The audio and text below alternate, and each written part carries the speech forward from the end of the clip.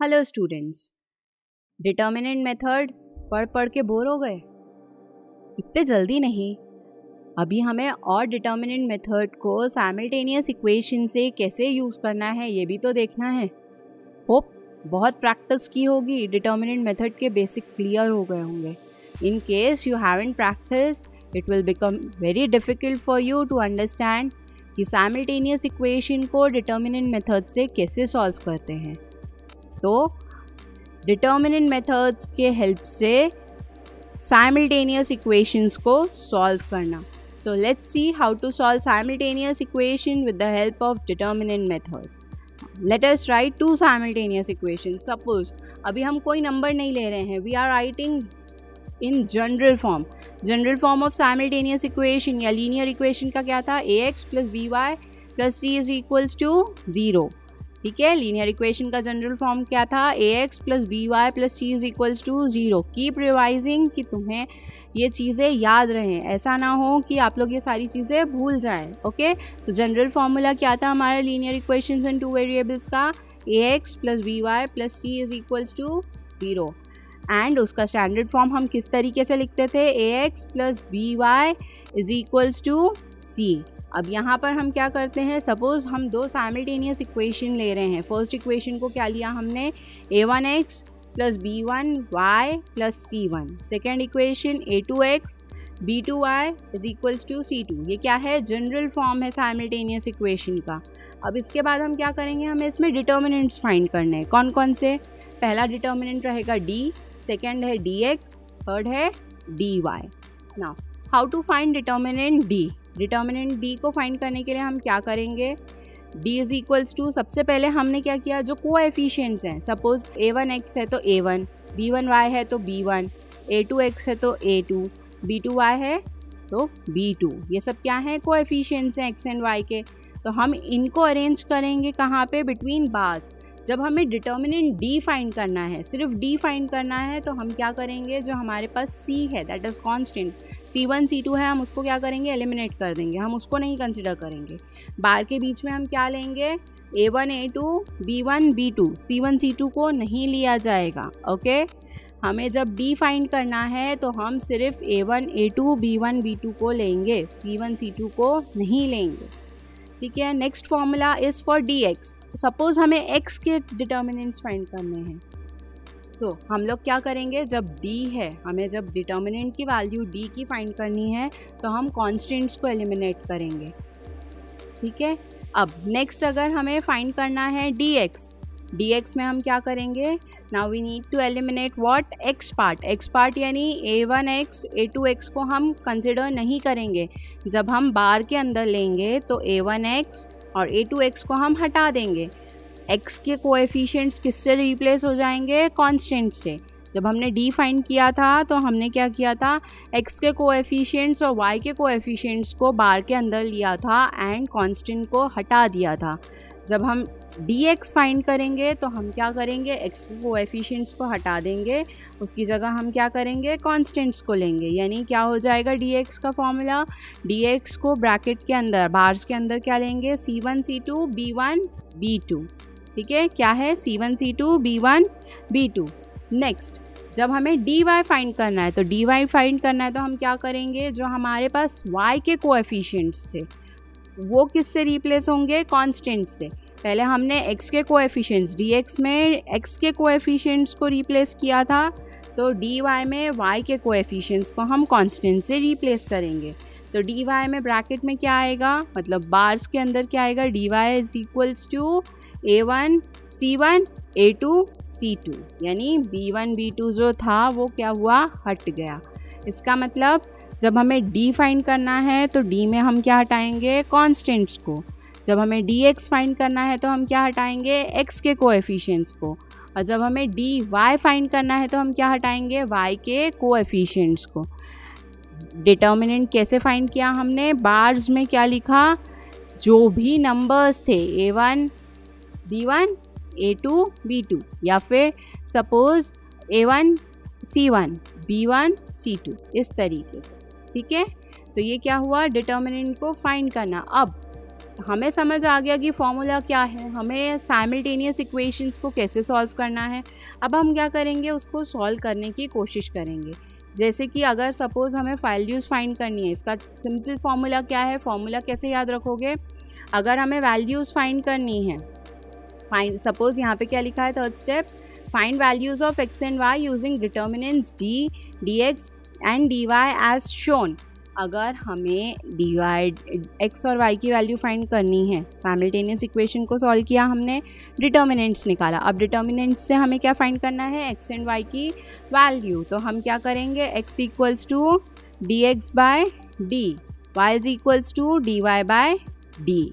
ठीक है, x को फाइंड करना है तो क्या करेंगे, dx जो डिटर्मिनेंट फाइंड किया था उसको डिवाइड करेंगे d से। जब y की वैल्यू फाइंड करनी है तो dy जो निकाल लिया था हमने डिटर्मिनेंट, उसको हम डिवाइड करेंगे d से।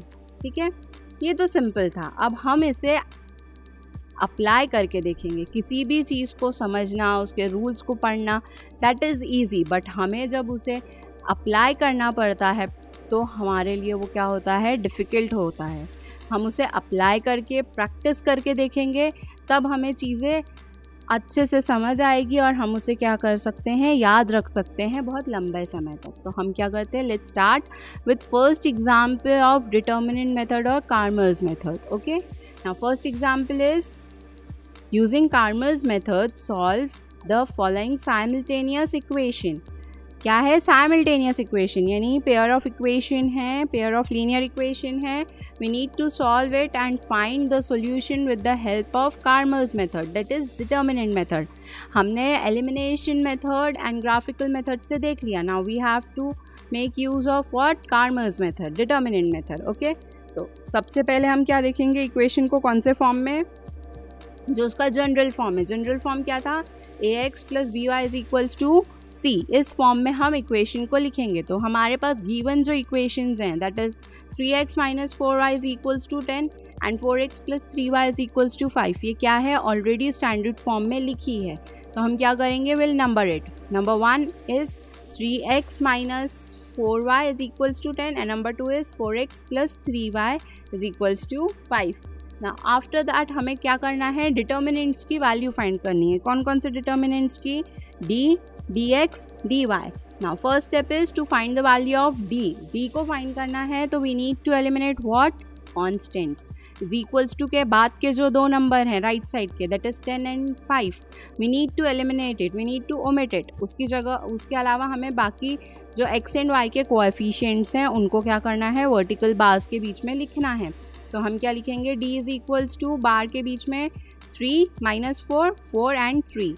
ना इसके बाद नेक्स्ट स्टेप क्या है, डिटर्मिनेंट कैसे फाइंड करते हैं, by cross multiplication. Now cross multiply 3 into 3 minus 4 into 4, cross multiplication किया, हमारे पास क्या आया, 9 माइनस 16, ब्रैकेट के अंदर माइनस 16 है, तो माइनस क्या हो जाता है, plus, so it will be 9 plus 16।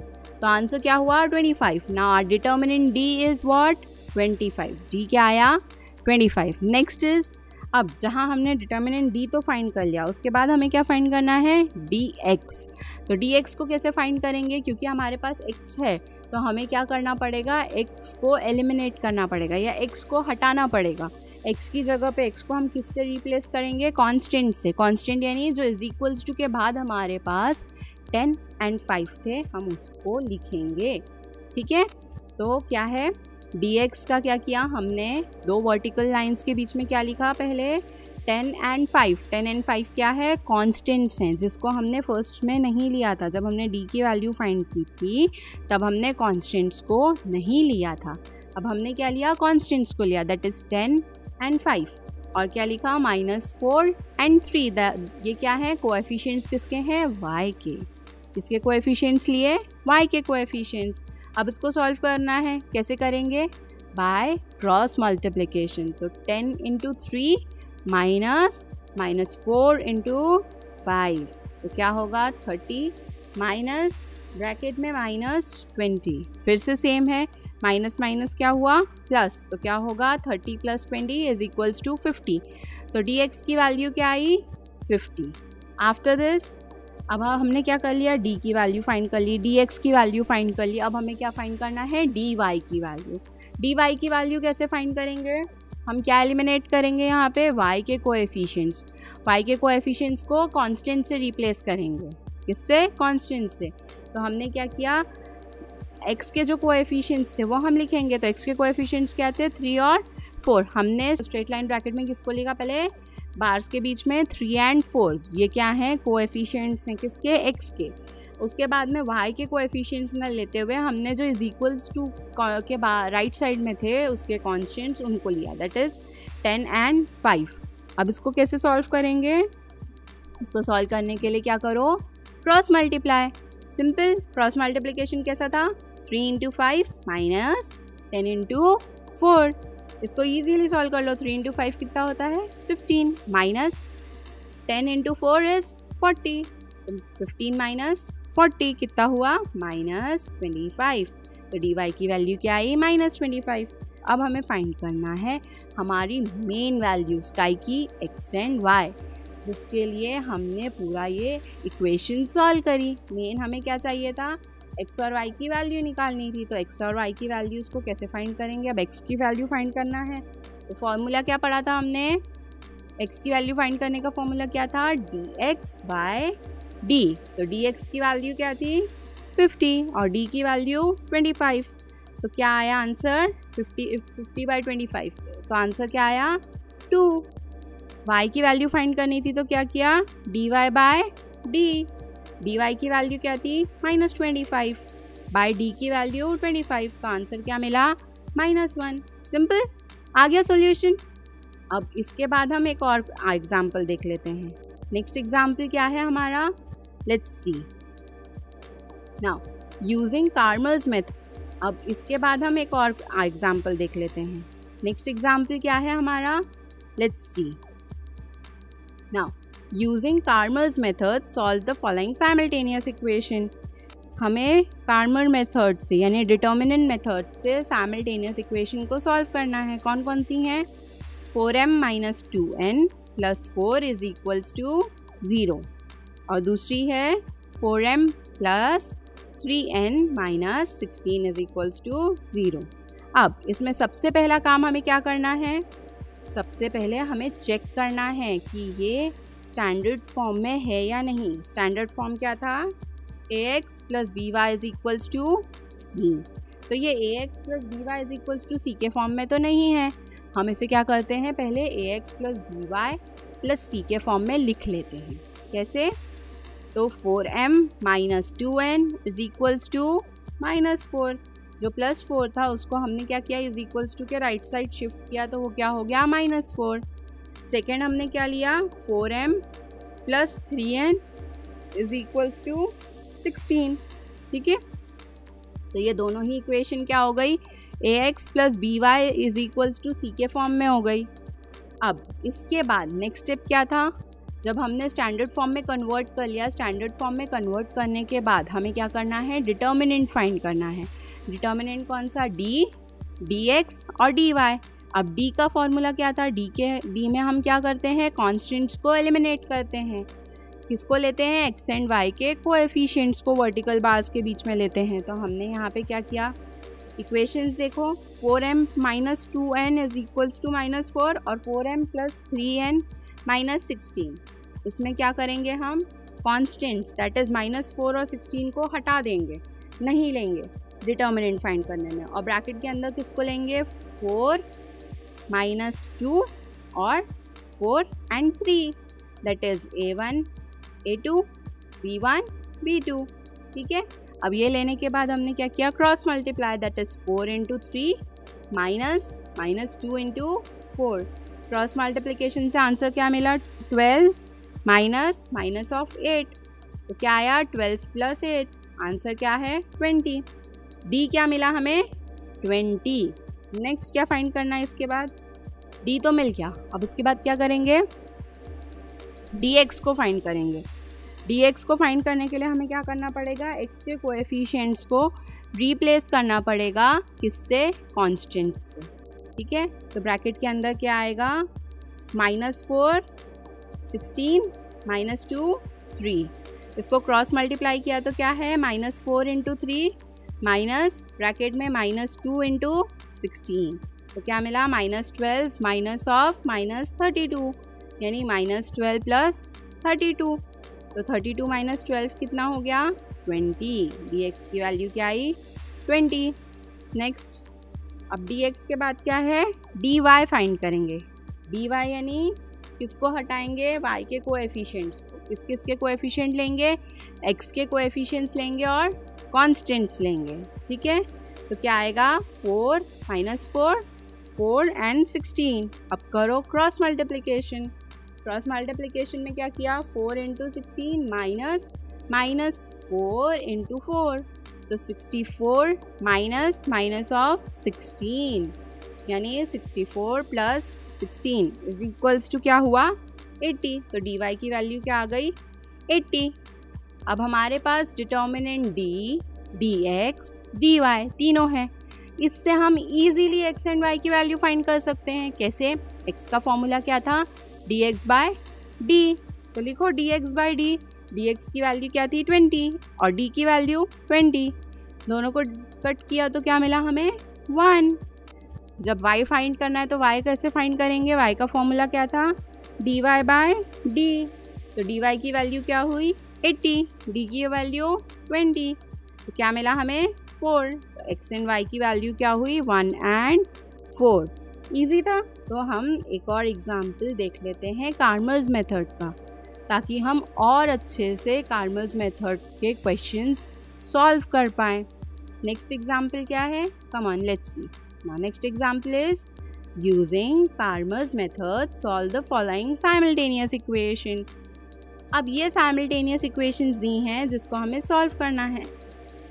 Equation क्या है, x + y - 8/2, x + y - 8/2।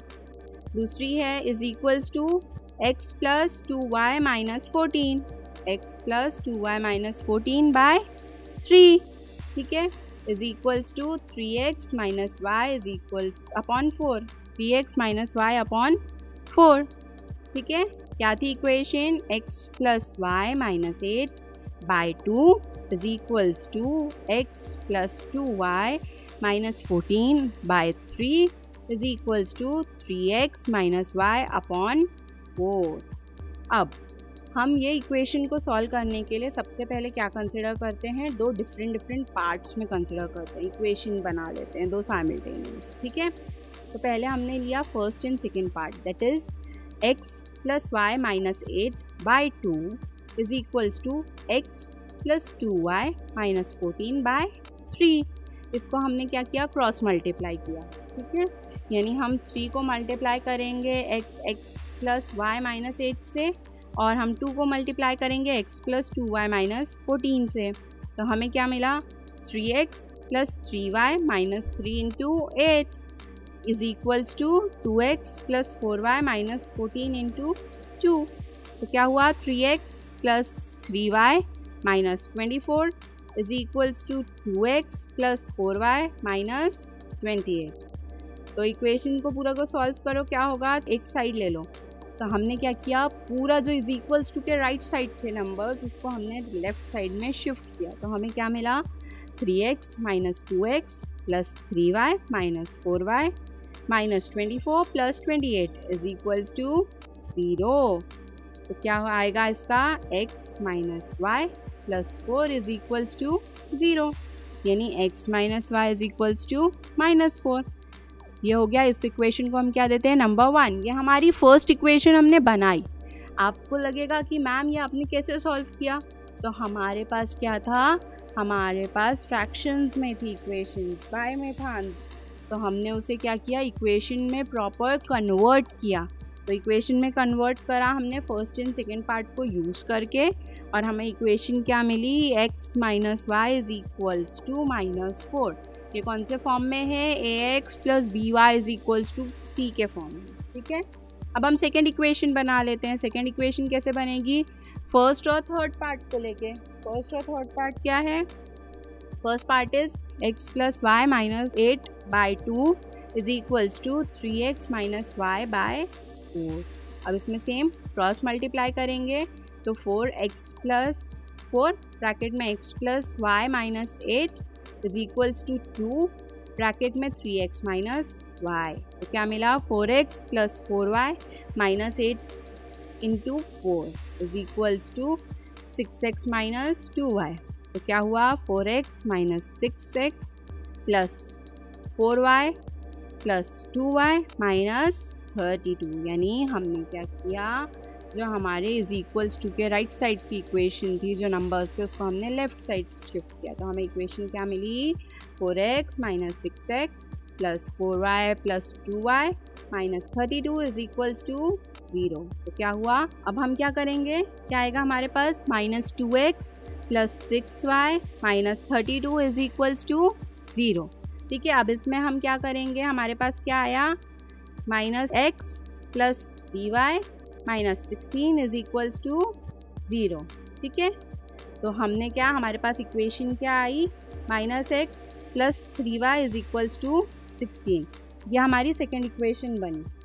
ठीक है, हमारे पास अब दो इक्वेशंस कौन कौन सी आई, पहली थी x minus y is equals to minus 4 और दूसरी थी minus x plus 3y is equals to 16।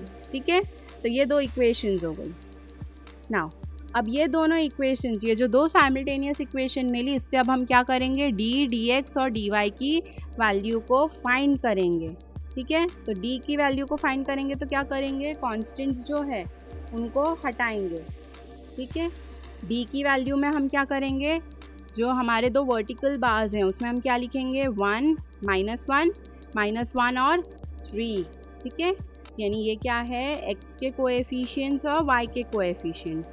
ये लिखने के बाद हमने क्या किया, इनको क्रॉस मल्टीप्लाई किया तो क्या होगा 1 इंटू 3 माइनस ब्रैकेट में माइनस 1 इंटू माइनस 1। तो क्या हुआ 3 माइनस 1, आंसर क्या आया 2। तो d का हमें वैल्यू क्या मिली 2।